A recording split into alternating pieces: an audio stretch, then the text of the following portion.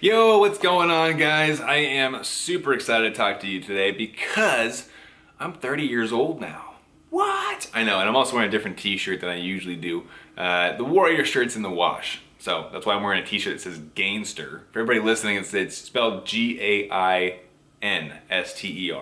Gains, because muscles, rah, right? Anyways, I'm super excited to talk to you guys today about this topic. We're going to be going over what classifies as an aerobic activity and why the heck does doing chores lower your blood sugar. So, let's get into the theme song. I've spent the last 10 years pushing the limits while identifying trends and patterns in my type 1 diabetes management. Follow along as I learn, apply, and share the fitness, nutrition, and lifestyle strategies that I've learned from diabetes experts around the world. The real question is, how can we live fearlessly with diabetes while maintaining stable blood sugars? This podcast is here to give you the answer. My name is Matt Vandervecht, head coach and co-founder of FTF Warrior, and welcome to Part of My Pancreas. All right, guys, so over the last couple of days since my birthday was last week, I have had a ridiculous amount of phone calls we've been doing with clients and with prospective clients. Now, on these calls, we go over what they're struggling with, what they want to achieve, how they can achieve it. We build out a plan for them, and it's been really fun getting to know a few of our clients, people who want to join our programs. And ultimately, there's one question that popped up, and this was on a call from one of our existing Warriors Tribe members, wanted to upgrade to our newest program, Diabetes in Action. Now, and by the way, for those of you who might have heard of the Warriors Tribe, we've been launching it every 3 months for a while. You might have noticed we didn't launch it this last time, and ultimately it's because it's closed to the public now, but just in case you're going back to the old website, which was thewarriorstribe.com, it's no longer, you can't join there. It's a wait list. But, you know what? All right, go to that website, because even though it is a wait list, you can still get some pretty sweet bonuses. You're first to know about things, and you get added to the newsletter. So I will recommend that you actually go to thewarriorstribe.com right now, sign up for the waitlist, and then you're good to go. You'll hear about everything. You'll hear my emails for the podcast and for new stuff going on. Sometimes we have freebies and discounts for other products. Definitely do that. So I'll give you a second, pause this, go to thewarriorstribe.com, sign up for the waitlist, come back to this. All right, now that you're back, let's go into our topic for today. So the question I got on one of our calls was, I can't figure out why every time I vacuum, I drop super fast. In fact, I drop so fast that I get lightheaded. And I was like, oh, all right, this I can help with, right? Now let's break it down. What is vacuuming? Vacuuming, like most household chores, is a steady state activity where you're doing something low level, right? You're not breathing super hard, you're not sweating bullets like you would be in the gym. At least I hope you are. You better be sweating in the gym. But doing stuff around the house, vacuuming, cleaning the kitchen, moving the couch, for some reason, if you're redecorating. These things are what we call low intensity, right? It doesn't require a lot of energy. It's not very difficult to do.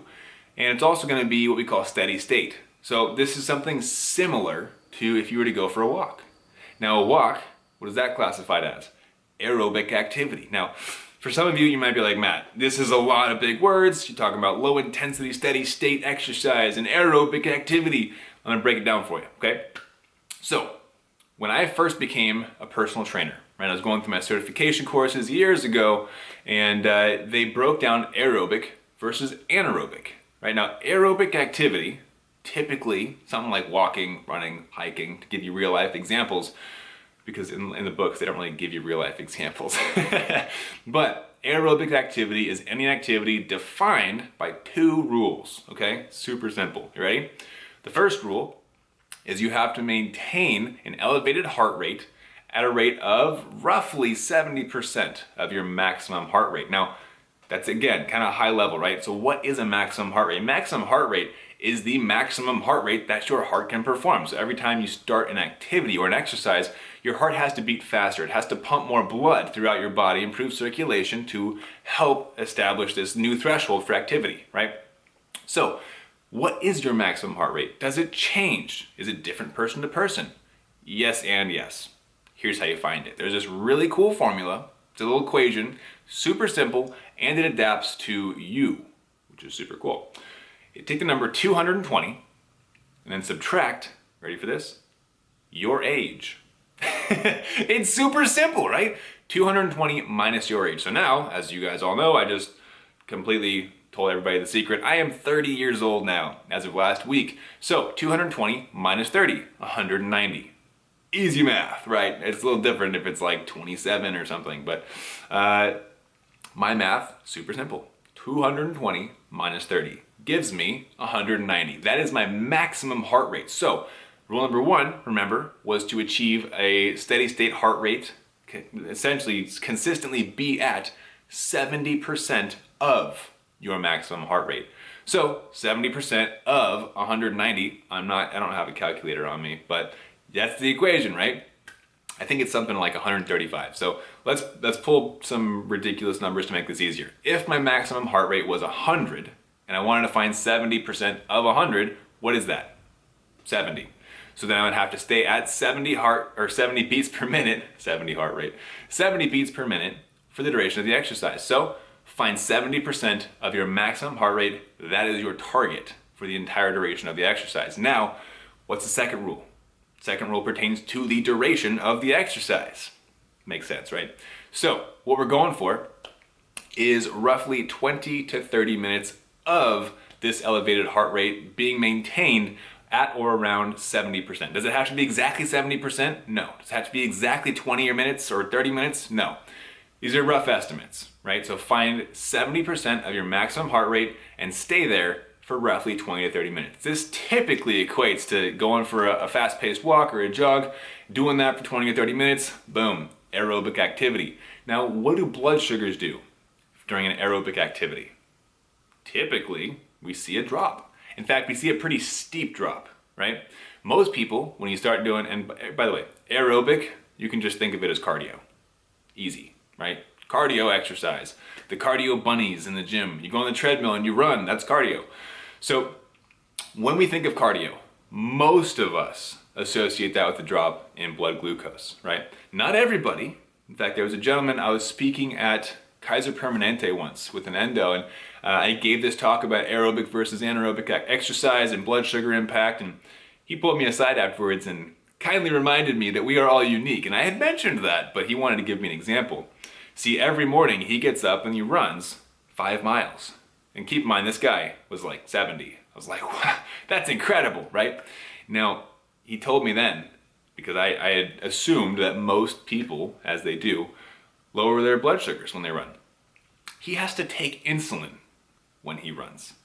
In fact, before he runs. And if he doesn't take a shot of insulin before he runs for 5 miles, then he will end up spiking into a high blood sugar range. I was like, what? My mind was blown.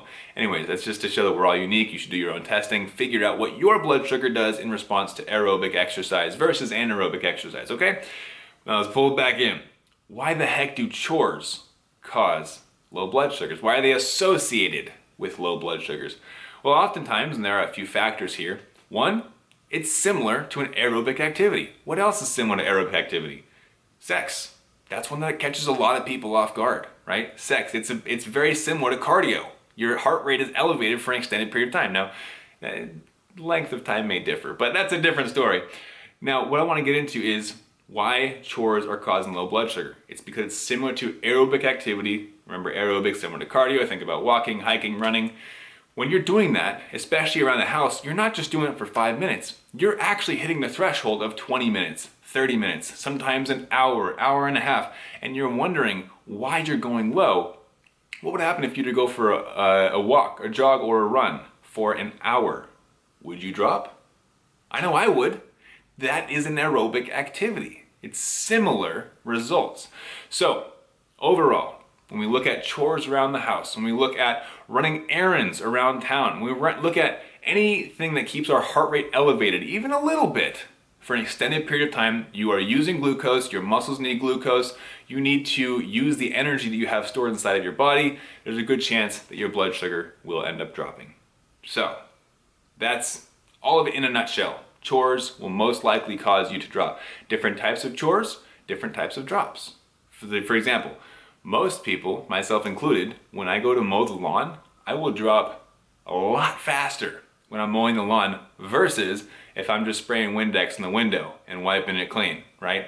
Different activity, it's a bit more of a higher energy requirement, and as a result, I see a faster drop. Now, different variables, and I'm not gonna go too deep into this. This is what our program Diabetes in Action for, which you should definitely go check out.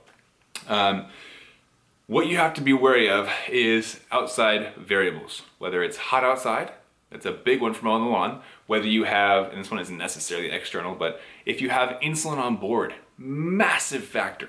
If you had a different type of meal than you used to, higher fat, higher carb, higher protein, whatever the difference is, take that into consideration. The food might have a longer absorptive rate, or it might absorb really quickly and cause a spike, right? So there's a lot of different factors, and that's exactly what we go over in our Diabetes in Action program. In fact, I have a free training I'd like you to go watch that is, it was done maybe a month or two ago, but I want to reopen that. I know we had a couple requests actually yesterday in my Instagram DMs for that training. So what I want to do is give you guys access to that training. It is an older training, but it's still fantastic and filled with great examples.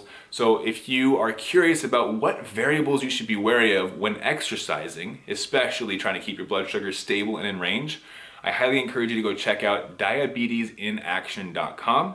That will give you a bunch of info. The webinar is about an hour long.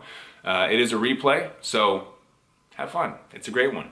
And it's gonna go into a bit more of the variables than I can do right now, since I know that no one's got an hour for a podcast, right? These are typically a bit shorter than that. So go check out diabetesinaction.com. Remember to keep an eye on which variables you are using, which variables you can influence before you enter an activity. If you can wait and minimize your insulin on board, if you can have a different pre-workout meal, if you can use temp basals, there's all these different strategies, and I want you to go learn about it right now. Head over to diabetesinaction.com. I will see you guys in the next episode. Have an amazing day and keep up the fight.